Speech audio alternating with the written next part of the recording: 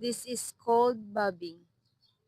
You hold onto the wall of the swimming pool, then inhale above the water and submerge yourself while counting from 1 to 10. The water should be bubbling. That's bobbing. This is called jellyfish float. Hold your feet underwater, count 1 to 10, and should be floating in the water. That is jellyfish float. This is called turtle float. Hold your knees underwater, count 1 to 10, and you should be floating in the water. That is turtle float.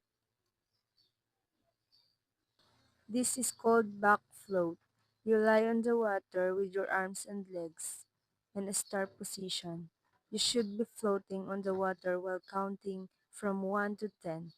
That is the back float. This is called front float. You lie face down on the water with your arms and legs in a star position. You should be floating on the water while counting from 1 to 10. That is front float.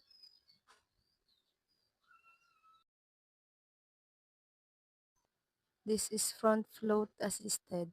You lie face down on the water with your arms and legs in star position, but in this case, someone will assist you to perform front float. That is front float assisted.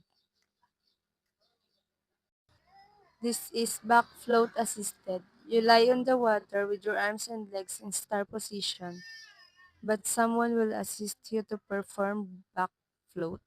That is back float assisted.